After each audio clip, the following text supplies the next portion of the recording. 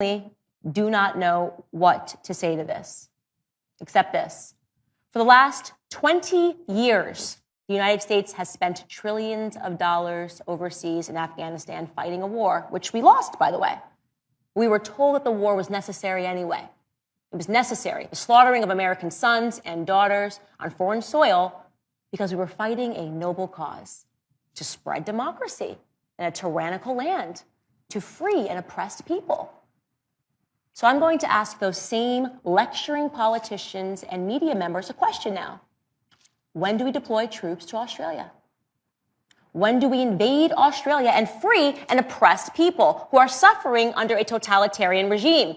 When do we spend trillions of dollars to spread democracy in Australia? Australia currently, make no mistake, is a tyrannical police state. Its citizens are quite literally being imprisoned against their will. So when do we deploy? Of course, I ask that in jest because we all know the real answer.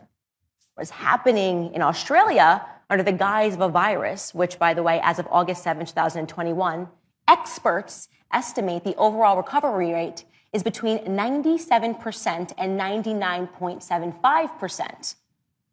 What's actually happening under the guise of this virus is federal overreach, tyranny, totalitarianism, the kind that gives birth to evil dictatorships and human atrocities.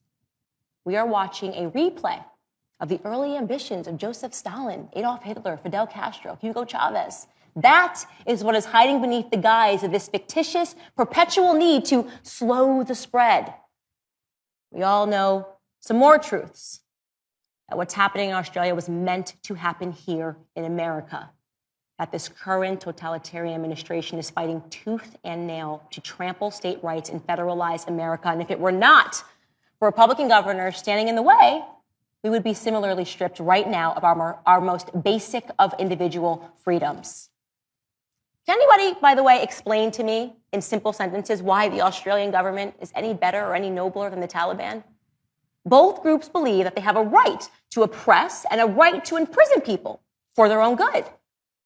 Are Western governments any better anymore? I can honestly say that never did I ever think that I would live to see a world war. But we're here. We are in the midst of an ideological and psychological global war. And it is a war that is being waged by governments all over the world, from here all the way to Australia, against the very citizens that they govern. So to that end, I say, welcome to World War III.